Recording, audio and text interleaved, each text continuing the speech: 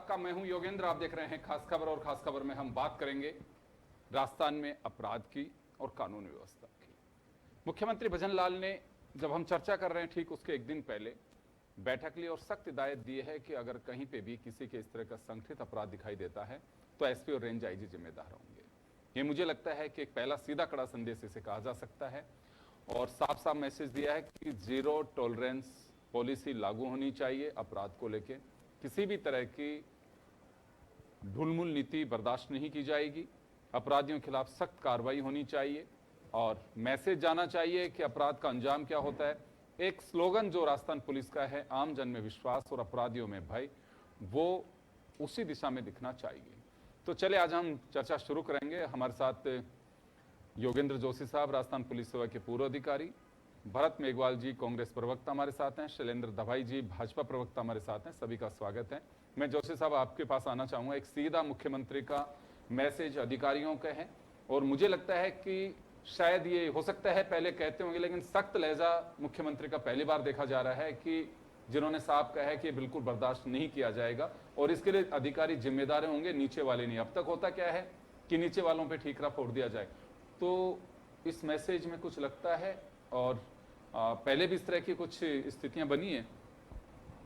देखिए योगेंद्र जी, मैं पहली बार देख रहा हूं कि हमारे जो मुख्यमंत्री है, जिनके बारे में विरोधी पक्ष ये कहते हैं कि साहब ये पर्ची वाले मुख्यमंत्री हैं, इन्होंने ये मिथक तोड़ दिया है और इन्होंने ये बताया है मीटिंग लेकर कि मेरे से आप समझ लीजिए मैं एक्शन लूंगा और सख्त कार्रवाई करूंगा।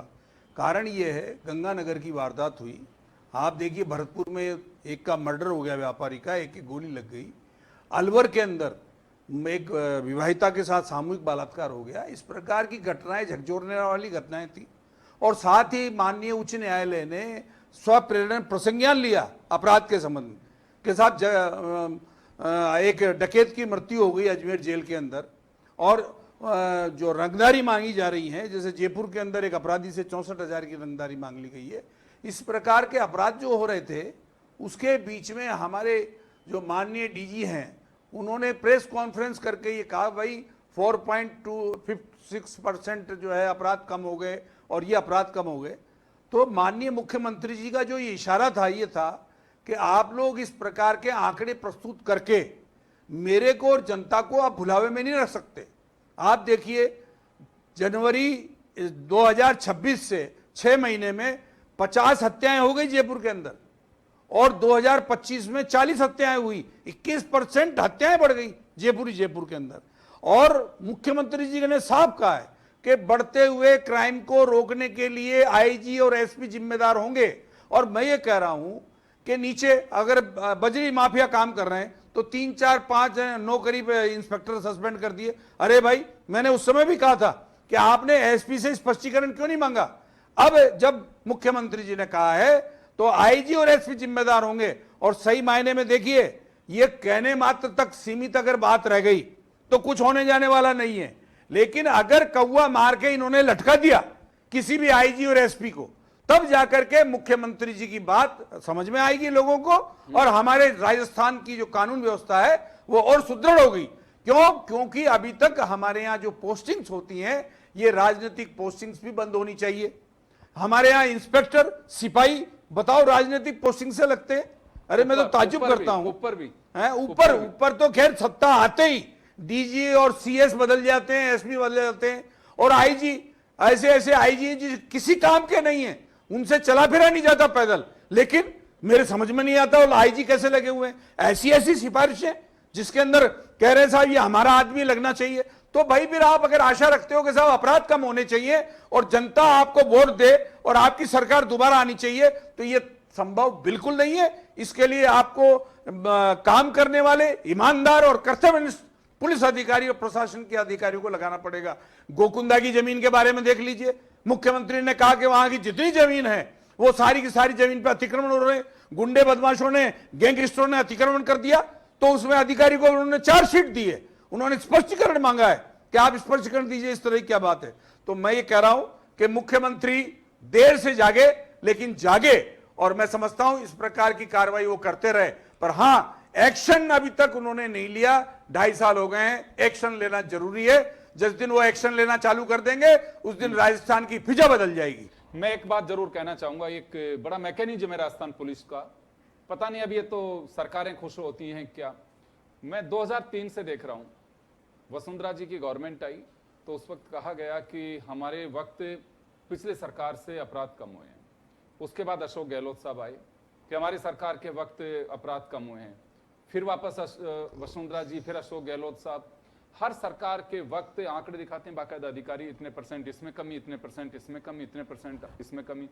पब्लिक बहुत अच्छे से जानती है और अखबार, समाचार चैनल्स, इनके बुलेटिन्स भरे होते हैं कि कितना अपराध हुआ है, लेकिन पता नहीं क्या मैकेनिज्म है। और सबसे बड़ी बात, कोई मुख्यमंत्री, कोई गृह मंत्री ये उनसे नहीं पूछता कि भाई अगर अपराध इतना कम हो रहा है तो फिर ये खबरें कहां से आ रही हैं, ये इतनी घटनाएं कैसे हो रही, पॉपुलेशन बढ़ रही है, वाजिब है कि अपराध का ग्राफ बढ़ सकता है, लेकिन मैकेनिज्म है हर बार हर सरकार कम करती है, लेकिन अपराध पब्लिक की नजर में ज्यादा होता है, सरकारें आंकड़ों में कम होता चला जाता है। पता नहीं किस तरह से ये अपना एक रणनीति तय करते हैं, जिसको भी मैं तो अच्छी बात नहीं मानता हूं। अपराध है, हुआ है, पूछे कि अगर आप ये आंकड़े पेश कर रहे हैं तो कहां से लाए आंकड़े।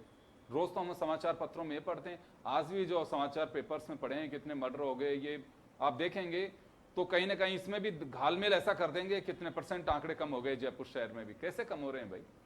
चले भरत जी, आपके पास में आना चाहूंगा। गवर्नमेंट किसी की भी हो, पहली बात तो यही है कि कोई भी सरकार ये नहीं चाहती, क्योंकि हमारे यहाँ सिस्टम 5 साल का है, संवैधानिक रूप से नहीं है और ये वैसे भी नहीं है, लेकिन ये तो पब्लिक ने बना रखा है और ये मिथक कभी टूट भी सकता है। लेकिन कोई सरकार चाहती है कि हाँ मेरे वक्त ये दाग लग करके जाएगी, उसके वक्त ये बड़ी कार्रवाई घटना हुई थी, उसके वक्त ये बड़ी घटना हुई थी, कौन चाहेगा अपराध। लेकिन राजनीतिक दल राजनीति जरूर करते हैं। आपकी सरकार थी तो बीजेपी दबा के, क्योंकि एक अपराध ऐसा मुद्दा है जिसमें कभी भी आपको कुछ नहीं, आज आंदोलन करने हैं तो अपराध, किसान, युवा, बेरोजगार, कभी भी कर लीजिए। तो भजन लाल बड़े सख्त लहजे के अंदर अधिकारियों को इस बात को लेकर के आगाह किया है, क्योंकि आप लोग भी लगातार मान लो इस बात को उठा रहे थे तो आगाही तो कर सकते सरकार। तो आपको लगता है कि अब सरकार इस पे सीरियसली काम करना शुरू कर दी है और बाकायदा ताकीद किया है अधिकारियों के, कुछ होगा तो आप जिम्मेदार होंगे इसके लिए। देखिए योगेंद्र जी, मुझे लगता है कि 2.5 साल बाद माननीय मुख्यमंत्री जी जो स्वयं गृह विभाग को देख रहे हैं, सिर्फ आगाह कर अधिकारियों को छोड़ देते हैं, तो मुझे लगता है कि उनकी इच्छा शक्ति और उनका जो एक कहते हैं मनोबल जो होना चाहिए था अपराध को कम करने के लिए, वो नजर नहीं आता। आपने कल ही की एक घटना देखी कि भरतपुर, जो खुद माननीय मुख्यमंत्री जी का गृह जिला भी आता है, वहां से जो खुली जेल है वहां से अपराधी आ जाते हैं और यहाँ उन्हीं की सांगनेर विधानसभा में रात के 1 बजे जो पब चल रहा है वहां पर चाकूबाजी करके खत्म कर देते हैं एक व्यक्ति को थप्पड़ मारने के ऊपर। सांगनेर में आपने देखा लगातार किस तरीके से चैन स्नैचिंग होने लग गई है, किस तरीके से महिला अपराध बढ़ रहा है। अलवर में खुलेआम रिवॉल्वर लेके उसको गोली मार दी जाती है। गंगानगर में 13 साल की बेटी के साथ किस तरीके से बर्बरता की जाती है। पूरे राजस्थान के अंदर एक ऐसा दिन नहीं है जिस दिन आप ये कह सकते हैं कि कोई जघन्य अपराध घटित नहीं हो रहा हो। जो महिला है उसके पैरों को काट के कड़ियां निकाल ली जाती है। दलितों के ऊपर अत्याचार बढ़ता जा रहा है। 10-10 साल के बच्चे गला रेत रहे हैं। इस राजस्थान में ये सब देखने को मिल रहा है। निश्चित तौर पर हम भी ये मानते हैं कि किसी की अगर आपराधिक मंशा है या आपराधिक उसकी प्रवृत्ति है तो वो रुकता नहीं है, लेकिन बात है पुलिस का भय होना। और पुलिस का भय कब होगा? जब सरकार की जो इच्छा शक्ति है, सरकार का जो डायरेक्शन है वो बहुत स्ट्रांग हो। आप आज देखिए 8 बजे बाद किस तरीके से खुलेआम नशा बिक रहा है। चलिए ये तो खूब हुआ, लेकिन अब तो आपको लगता है कि मुख्यमंत्री खुद इन्होंने कॉग्निजेंस लिया है और उनका साफ जो मैसेज है। तो भरतपुर वाला जो अभी इंसिडेंट हुआ उस पर आज ले लेना चाहिए था कॉग्निजेंस। रात के 1 बजे पब चल रहा है, किस तरीके से चल रहा है उनकी खुद की विधानसभा में। उस क्षेत्रीय थाना अधिकारी पे क्या कार्रवाई हुई, वहां के संबंधित एसपी पे क्या कार्रवाई हुई, भरतपुर से जो ये छूट कर आए उन पर क्या कार्रवाई हुई। रातों को जो चेक पोस्ट लगती थी, नाकाबंदी लगती थी, क्या वहां से वो व्यक्ति जब यहां तक आ गए खुली जेल से छूटकर भागकर किस तरीके से आए, क्या उस पर कोई कार्रवाई हुई? अभी तक कोई कार्रवाई नहीं हुई। मैं यही तो कह रहा हूं कि आप 2.5 साल बाद ये कह रहे हैं कि हम टॉलरेट नहीं करेंगे, जीरो टॉलरेंस नीतियां चलेंगी। ये जीरो टॉलरेंस नीति क्या 4 साल तक लेकर चलते रहेंगे क्या आप? अपराध लगातार बढ़ता जा रहा है, तो कहीं ना कहीं मुझे लगता है कि माननीय मुख्यमंत्री जी सिर्फ बातें बड़ी कर रहे हैं, लेकिन धरातल पर कोई काम नहीं हो रहा। एनसीआरबी में आप देख लीजिए 2024 के बाद आज तक की तो डेटा ही नहीं हमारे पास, डेटा अवेलेबल। लेकिन हमें कुछ दिन का इंतजार करना चाहिए, क्योंकि अभी तो मीटिंग को 24 घंटे हुए हैं। और कितना इंतजार करेंगे? 2.5 साल हो गया साहब, लोग बाहर, आप देखिए चोरियां बढ़ रही है। आप क्या मानेंगे, जो बिजली विभाग के चलते ट्रांसफार्मर है ना, इनमें से चोर ले जाते हैं, पुलिस की चौकी में से पुलिस के सामान चुरा चुरा कर चोर लेकर जा रहे हैं। ये तो जमीन की हकीकत बता रहा हूं मैं आपको। चोर इतने ज्यादा हावी हो गए हैं जयपुर शहर के अंदर, मैं बता रहा हूं खुलेआम चोरियां हो रही है, बाइकें चोरी हो रही है, स्कॉर्पियो चोरी हो रही है। किस तरीके से आज प्रदेश की जनता परेशान है। सीसीटीवी कैमरों से निगरानी की बात की जाती थी, महिला अपराध लगातार बढ़ता जा रहा है। कहां सुरक्षित है लोग? मुख्यमंत्री जी बैठे बैठे मीटिंगें लेते रहते हैं। आज तक क्या किसी एक पुलिस अधिकारी के ऊपर कार्रवाई करी? कोई गाज गरी बड़ी किसी आईजी के ऊपर, किसी एसपी के ऊपर, किसी एसीपी के ऊपर, किसी डीएसपी के ऊपर? कांस्टेबलों को लाइन हाजिर कर देते हैं। भू माफिया हर तरीके से हावी है हर पूरे राजस्थान के अंदर। आप बता दीजिए, एक एग्जांपल बता दीजिए आप मुझे कि किसी तरह से कोई काम हुआ हो तो। चलिए, अभी शैलेंद्र दवाई साहब हमारे साथ में। शैलेंद्र जी, मुख्यमंत्री की शक्ति और विपक्ष को लगता है कि केवल मीटिंग नहीं, इसका एक मैसेज पब्लिक में जाना चाहिए। जोशी साहब का कहना है कि नजीर तो पेश करनी पड़ेगी, तभी ये सख्त लहजा महसूस होगा कि हाँ, अब अपराधियों के लिए कोई जगह नहीं है राजस्थान में। और ये जीरो टॉलरेंस पॉलिसी मुख्यमंत्री ने लागू की है, वो तभी कामयाब होगी जब वाकई कुछ मैसेज ऐसा जाना चाहिए कि हाँ, अपराधियों की अभी ये आरामगाह तो नहीं है। योगेंद्र जी देखिए, जब से भारतीय जनता पार्टी की सरकार आई है, माननीय भजनलाल जी ने पूरी कोशिशें करके किस तरह से जो कांग्रेस पार्टी की गहलोत सरकार के समय में राजस्थान अपराधिस्तान बन चुका था, रेपिस्तान बन चुका था, आए दिन गैंग वॉर होते थे, किस तरह के बलात्कार होते थे, मैं उनमें नहीं जाना चाहता। शायद मेरे कांग्रेस प्रवक्ता साथी को अपने समय का 5 साल का कार्यकाल याद कर लेना चाहिए। लेकिन हमने सरकार बनते ही माननीय भजनलाल सरकार ने अपराधों के ग्राफ को कम करने की कोशिश की है, उस पर अंकुश लगाने का काम किया। हमने पुलिस को फ्री हैंड दिया है, प्रभावी पुलिसिंग की व्यवस्था की है, बीट प्रणाली को दुरुस्त किया है, तकनीकी संचार व्यवस्थाओं को सुदृढ़ करने का काम किया है। और आप देखिए, उसी की परिणति है कि लगातार 2.5 साल में राजस्थान में जो 2023 वर्ष 2023 गहलोत सरकार के समय में जो अपराध थे, आंकड़े थे, उससे 2.5 साल में कमी आई है। यही हम बताता है कि अपराधों में कमी आई। निश्चित तौर पर अपराध हो रहे हैं। एक छोटा सा सवाल है सर मेरा, मैं भरत जी से भी पूछना चाहूंगा ये पहले, लेकिन आपसे। मैंने अभी बिगनिंग में ये बात कही थी कि ये मेरे समझ में नहीं आ रही। मैं वसुंधरा जी के वक्त से सुनता आ रहा हूं कि हमारे टाइम पे आंकड़े कम है, फिर गहलोत साहब के टाइम पे भी यही रफ्तार चली, फिर वसुंधरा जी, फिर गहलोत साहब, पिछली बार भी गहलोत साहब यही कह रहे थे, अब भजनलाल जी कह रहे हैं कि हमारे टाइम पे अपराध कम है। तो सर ये तो माइनस में चले जाने इसे चाहिए, इस हिसाब से अपराध तो अपराध में कम कर रहा है, तो सर अपराध हो कहां से रहे हैं फिर? देखिए नहीं, देखिए जब से मानव सभ्यता आई है अपराध होते आए हैं, लेकिन अपराधों को कुछ हद तक कंट्रोल करना और एक शांति व्यवस्था बनाए रखना, कानून व्यवस्था सुदृढ़ रखना, ये एक जन कल्याणकारी सरकार का उद्देश्य होता है, जो माननीय मुख्यमंत्री भजनलाल जी बखूबी तरीके से कर रहे हैं। आप देखिए, हमने किस तरह से जो आप पूछना चाह रहे हैं मैं उसका बताना चाहता हूं। अगर किसी भी थाने जो उसका जुरिडिक्शन होता है उसमें अपराध होता है तो उसकी सारी लेखनी वहां आती है कि चोरी के कितने मामले हुए, हत्या के कितने मामले हुए, डकैती के कितने मामले हुए, या ईव टीजिंग के कितने मामले हुए।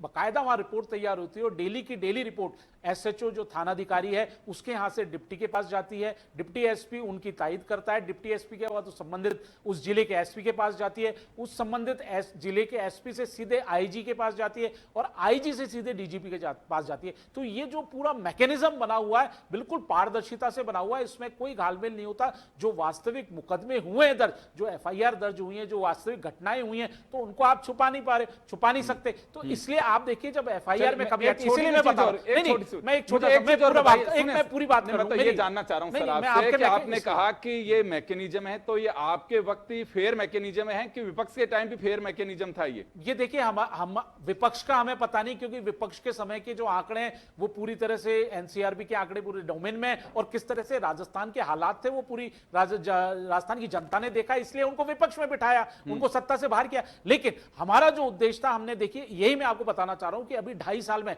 समग्र अपराधों में जो आईपीसी और बीएनएस के अपराध हैं उसमें आप देखिए कम से कम 17 से 18% की कमी आई है। मैं सिर्फ एक छोटा सा आंकड़ा आपको देना चाहता हूं ताकि अपन ये उसको सुनिश्चित कर सकें कि गहलोत सरकार के समय में क्या स्थिति थी और अब माननीय भजनलाल सरकार के समय में क्या स्थिति है। आप देखिए जो 2 साल का डेटा दिया गया, वर्ष 2023 से वर्ष 2024-25, वर्ष 2025 जब पूरा हुआ 2 साल, तब आप देखिए अपराधों में 13.6% की कमी आई, साइबर क्राइम में 35% की कमी आई, महिला अत्याचारों में 11% की कमी आई, SC ST में 19 से 20% की कमी आई, डकैती और लूट में 50% की कमी आई, और हत्या जैसे अपराधों में 18% की कमी आई। मतलब मैं अपना ही कंपैरिजन कर रहे हैं अपनी सरकार का, वर्ष 2014 से वर्ष 2025 में 24,000 मामले कम दर्ज हुए। अब आप देखिए यही, अब कल जो प्रेस कॉन्फ्रेंस हुई थी उसमें DG साहब ने भी जो बात कही, वो 6 महीने के आंकड़े बताए, तो उसमें भी उन्होंने बताया कंपेयर करके वर्ष 2025 से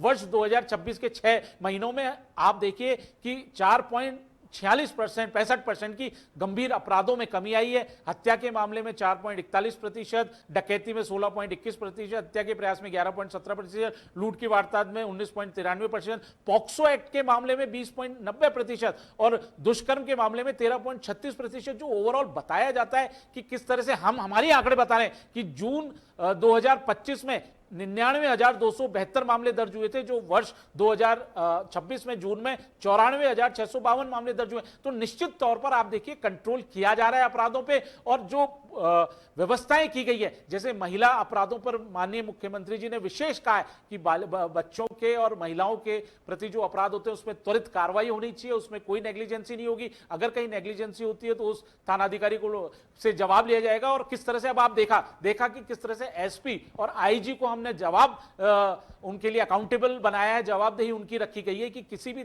जिले में इस तरह के अपराध होते हैं तो उसके लिए SP भी जिम्मेदार होगा, IG तक जिम्मेदार होगा। और आप लगातार मामले अपराध है, अपराध को कंट्रोल करने में हमने लगाया, जिस हिसाब से कानून व्यवस्था बेपटरी हो चुकी थी गहलोत सरकार के समय में, पुलिस का इकबाल खत्म हो गया था, हम उसको वापस रिवाइव करने में की कोशिश कर रहे हैं और काफी हद तक उसको रिवाइव भी किया। और आने वाले समय में जो कमियां रह गई, जो वारदातें हो रही, निश्चित तौर पर नहीं होनी चाहिए, उस पर हम और प्रभावी पुलिसिंग करेंगे। और जो भी संसाधन पुलिस को चाहिए, माननीय मुख्यमंत्री जी ने पूरा खुला छूट दिया है पुलिस को, और उनको सख्ती के लिए आदेश दिए कि आप किसी भी तरीके से अपराधियों को नहीं बख्शे। आप पेपर लीक पे माफिया को देखिए, पेपर लीक हुआ क्या? 2.5 साल में एक पेपर लीक नहीं हुआ। दोबारा आ रहा हूं सर, दोबारा आ रहा हूं। पेपर लीक की चलिए वो कितने साल में नहीं हो पा रहा पेपर लीक? 2.5 साल में एक पेपर लीक नहीं हुआ, कोई नकल विरोधी कार्रवाइयां नहीं हुई। और आप देखिए नकल नहीं हुई, नकल गैंग्स थे उनको अपने खत्म करने का काम किया, कोई फर्जीवाड़ा नहीं हुआ। 2.5 साल में आप देखिए जो राजस्थान के युवा हैं उनको नौकरी या रोजगार मिल रहा है, 1,78,000 युवा। चले जोशी साहब आपके पास में आना चाहूंगा मैं, एक बात जानना चाहता हूं, पूरा करने की कोशिश कर रही है। चाहता हूं, वही आंकड़ों की बात आ रही है, ये कितने गले उतरते हैं कि सरकारों के जो दावे होते हैं, पिछली सरकार में भरत जी की सरकार थी, आज शैलेंद्र जी की सरकार, कितने गले उतरते हैं कि हमने अपराध कम कर दिए? देखिए योगेंद्र जी, ये मुझे तो ताज्जुब होता है कि ये कैसे कह लेते हैं। यही पुलिस कांग्रेस के शासन में थी, यही पुलिस बीजेपी की है, पुलिस में कोई परिवर्तन नहीं है। 35 साल की नौकरी होती है एक अधिकारी की। क्या कांग्रेस शासन में वो अधिकारी निकम्मा नकारा था, कोई काम ही नहीं कर रहा था वो? और अब के बीजेपी शासन आ गया तो वो इतना काम करने लग गया कि अपराध में 24,000 अपराध कम कर लिए। ऐसा नहीं होता। होता ये है कि कांग्रेस शासन में जब अपराध बढ़ रहे थे तो गहलोत जी ने ये कह दिया कि हमने फ्री रजिस्ट्रेशन कर दिया, अभी तक नहीं हो रहा था, पिछले साल हमने कर दिया, तो फ्री रजिस्ट्रेशन कर दिया तो क्या होगा? अपराध बढ़ेंगे। अब क्या हुआ आप देखिए, 2024 से आगे नहीं बढ़े अभी तक, और 2024 की जुलाई तक पुराने कानून लागू थे। 6 महीने का इन्होंने डाटा किया तो 6 महीने के जितने थे उतने अपराध कम हुए हैं। 25 और 26 का अभी पता नहीं है। देखिए, जब जनसंख्या बढ़ रही है, अपराध कम होने की किसी भी तरह की संभावना से मैं नकारता हूं। इस प्रकार के आंकड़े बनाना ये कोई नई बात नहीं है। हमने इस प्रकार के आंकड़े खूब तैयार किए हैं और खूब तैयार करके उस समय में पेश किए हैं। मैं SHO रहा हूं, मैं कोई चौकीदार या चौकी का अधिकारी नहीं, मैं थानों का SHO रहा हूं और जयपुर में 6 थानों का थानादार रहा हूं। तो मुझे पता है कि आंकड़े कैसे बनाए जाते हैं और कैसे तैयार किए जाते हैं। अगर मान लीजिए जनसंख्या बढ़ रही है, अपराध कम कैसे हो जाएगा? 1 लाख अपराध अगर मान लो हो रहे हैं, आप 24,000 प्रति साल के हिसाब से अपराध कम कर रहे हो, 5 साल में तो 0 हो जाएगा। फिर आपको पुलिस की आवश्यकता क्या है? फिर पुलिस के 12 पाड़ने की जरूरत क्या है? पुलिस भर्ती करो, पुलिस भर्ती करो, अपराध ही कम हो रहे हैं ना। देखिए, जब 7 साल से कम के अपराधों में कंप्लेंट दर्ज होती है, FIR तो दर्ज ही नहीं करते। और मैं कह रहा हूं ना, आपके सामने उदाहरण है कि महिला को, गर्भवती महिला को पीछे से झांप लिया, मुकदमा दर्ज नहीं हुआ। उस दिन 3 महिलाओं के साथ ऐसा हुआ, लेकिन कंप्लेंट दर्ज की, और वो भी कब की? जब वो महिला थाने चली गई, रील बाहर आ गई, तब दर्ज की, नहीं तो दर्ज ही नहीं करते। बात ये नहीं है, बात ये है कि अपराध दर्ज करने की इच्छाधारी एसएचओ होता है। एसएचओ को लग गया अपराध दर्ज करना, करूंगा, बिना अप्रोच के कार्रवाई नहीं होती है, बिना अप्रोच के थाने में रिपोर्ट दर्ज नहीं होती है। मैं योगेंद्र जी आपको गारंटी, व्हीकल थेफ्ट के तो सिचुएशन मैं आपको उसमें साहब मुकदमा भी दर्ज नहीं करते। अगर आप जाएंगे तो कहेंगे कल आ जाना, तलाश कर लो, और थानों में हम पता कर लेते हैं, और कई ऐसे तो हैं जो मिल जाते हैं। अच्छा आप ये बताइए, हर डीसीपी 500 मोबाइल गिफ्ट कर रहे हैं, फोटो खिंचवा रहे हैं, तो 500 मोबाइल आपको सड़क पे पड़े मिल जाते हैं क्या? नहीं, ये जेब से चोरी किए हुए, पर्स में से चोरी किए हुए, लूटे हुए मोबाइल होते हैं जो 500 ये पेश करते हैं। क्या आपने इसमें मुकदमे दर्ज किए? आप इन 500 मोबाइलों के मुकदमे दर्ज करिए, जब आपको पता चल जाएगा कितने अपराध कम हुए या ज्यादा हुए। तो बात ये नहीं है, आप मुझे किसी भी थाने में, मैं जिम्मेदारी से कहता हूं, किसी भी थाने में कंप्लेंट से लेकर के कोई रिपोर्ट से लेकर एफआईआर तक मैं जोड़ के आपको बता दूंगा अपराध कितने ज्यादा हुए हैं। मेरा एक छोटा सा सवाल हो रहा है सर, प्रदेश हित में ही कहूंगा मैं, ये मुख्यमंत्री जी चाहे ये हो, चाहे पूर्व वाले हो, चाहे राजनेता हो, सभी 2 चीजें हैं। हमारे यहाँ बीट सिस्टम बहुत अच्छा सिस्टम रहा, उसका एक सोशल पहलू भी था कि भाई आप गली में जाएगा, कोई बुजुर्ग है, कौन नोटोरियस है, लोगों से बात करे, कल को कोई बलवा होता है या किसी का कुछ इस तरह की सिचुएशन बन जाती है कि कम्युनल कुछ सिचुएशन बनती है, तो वहां के बड़े बुजुर्ग लोगों का उस बीट कांस्टेबल को मालूम होता है कि चलिए साहब ये समझदार लोग दिख रहे हैं यहाँ पे, इनसे बात कर सकते हैं। वो एक डायलॉग होना चाहिए था, ये बीट कांस्टेबल का काम था, जो कॉन्सेप्ट था। दूसरा सीएलजी को लेकर के वो भी एक सोशल एंगल था। सीएलजी में तो ऐसे हो गए कि पॉलिटिकल अपॉइंटमेंट होने लग गए, सरकार बदलते सीएलजी का खेमा बाहर, और बड़ी बड़ी अक्षरों में गाड़ियों पर सीएलजी, जैसे सीएलजी ने वो मुख्यमंत्री बन गया हो यहाँ का।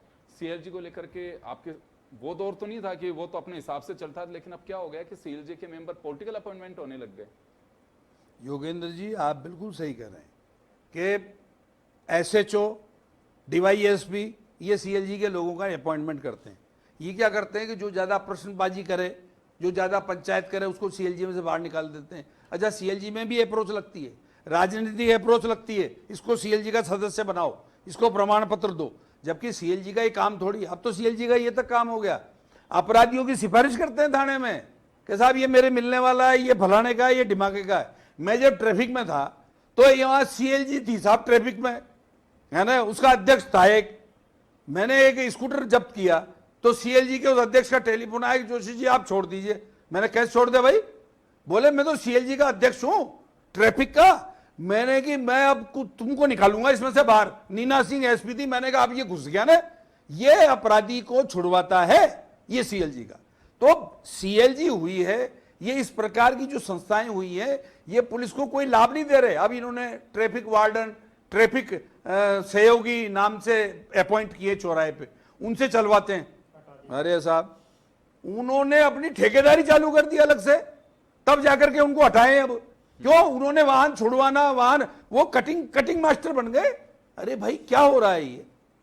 ये देश पुलिस से नहीं चल रहा। 112 में ड्राइवर प्राइवेट है, मतलब मेरी गोपनीय चीज, मैं थाने से थानेदार हूं, प्राइवेट ड्राइवर बैठा हुआ है, मैं गोपनीय पकड़ने जा रहा हूं। चले खैर, लेवल उबाव आपका हो, चाहे मेरा हो, चाहे शैलेंद्र जी का हो, और चाहे भरत जी का, प्रदेश हमारा है। मुख्यमंत्री सख्त हैं तो वाकई सख्ती के साथ में इसका स्टेप होना चाहिए, और मैं तो कहूंगा कि एक मॉनिटरिंग होनी चाहिए। और आपने सही कहा कि नजीर पेश नहीं करोगे तो इस सख्ती का कोई एहसास नहीं होगा। आपको नजीर पेश करनी होगी कि हाँ अगर किसी ने कोताही बरती तो उसका अंजाम ये होता है।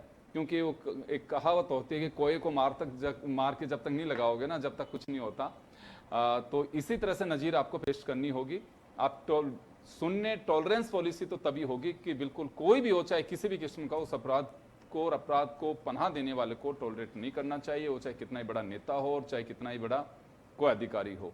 क्योंकि एक मैसेज जाना चाहिए। भरत जी, मैं समय कम है, चलिए आप खिंचाई तो कर सकते हो, अपराध पे राजनीति भी हो सकती है, लेकिन मैं एक 30 सेकंड में आपका सुझाव चाहूंगा कि एटलीस्ट आप इस प्रदेश के नागरिक हो, जो कुछ कर रहे हैं, मुख्यमंत्री भी देखिए इसी जनता के बीच से निकले हुए एक व्यक्ति चुन करके मुख्यमंत्री बनता है।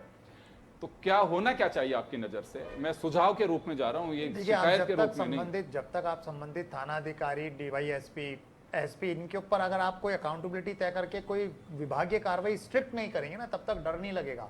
आपने एक बात सही कही थी कि भाई पुलिस चाहे सब कुछ कर सकती है, रेत में से सुई भी निकाल सकती है, उन्हें सब कुछ पता होता है कि कहां पर अपराध घटित हो रहा है, कौन क्या कर रहा है, कौन चोरी का काम कर रहा है, कौन डकैती का काम कर रहा है। तो क्यों हो रहे हैं? जब अपराधियों को लगातार आप पकड़ेंगे, ऑपरेशन आप चलाते हैं, अलग अलग नाम से ऑपरेशन चलाते हैं, वो एक दिन चलता है, अगले दिन फिर वापस से वही ढर्रा लग जाता है, मुकदमे दर्ज होते हैं, वो फिर वापस से काम करने लग जाते हैं। तो कहीं ना कहीं मिलीभगत तो सब लोगों की इसमें होती है ना।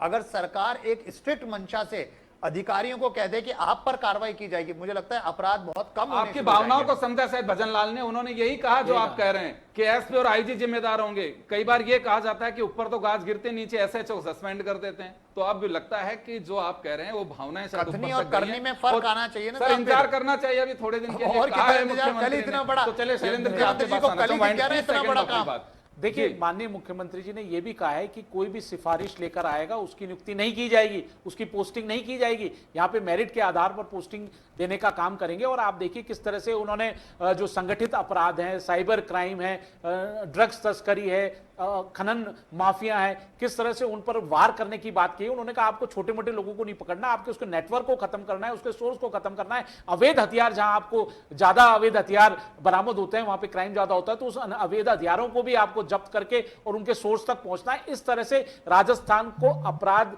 मुक्त बनाने के लिए माननीय मुख्यमंत्री जी कटिबद्ध हैं। इसीलिए आपने देखा किस तरह से उन्होंने कानून व्यवस्था पे और अपराध कंट्रोल पर बहुत गंभीरता से मीटिंग ली और किस तरह से उनको तायद किया, एसपी और आईजी को जवाबदेह बनाया। और उन्होंने साफ कह दिया कि अब पुलिस में किसी की भी सिफारिश नहीं चलेगी, किसी के भी पोस्टिंग और कोई लेकर आता है तो उसकी कोई बात नहीं मानी जाएगी। अपराधियों को किसी को नहीं बख्शा जाएगा, कठोर से कठोर कार्रवाई होगी। महिला सुरक्षा की भी बात उन्होंने रखी है। आपने देखा कि हमने किस तरह से जो महिला सुरक्षा में अनुसंधान में टाइम लगता था उसको भी कम करने का काम किया है। तो निश्चित तौर पर आने वाले समय में हम अपराधों को कम करेंगे राजस्थान में। और चलिए, बिल्कुल देखिए, भरोसा तो रखना ही होगा, क्योंकि मुख्यमंत्री ने पहली बार इस बात को लेकर कहा है कि अगर जिस एसपी के यहाँ पे अपराध होंगे या रेंज आईजी के यहाँ पे लगातार अपराध बढ़ेंगे तो जिम्मेदार वही होंगे। अच्छी बात है, लेकिन जैसे कि कहा जाता है कि अभी एक्शन इसमें आपने अभी तो वर्बली लिया है, लेकिन इसका असर दिखना चाहिए। कोई जरूरी नहीं सस्पेंड से ही काम चले, काम अच्छा होता रहे और हालात सुधरते हैं तो किसके खिलाफ कार्रवाई कोई आवश्यकता भी नहीं है। तो सिचुएशन बदलनी चाहिए। प्रदेश अपना है, यहाँ टूरिज्म है, बहुत सारी चीजें हैं, बच्चे बाहर से पढ़ने आते हैं।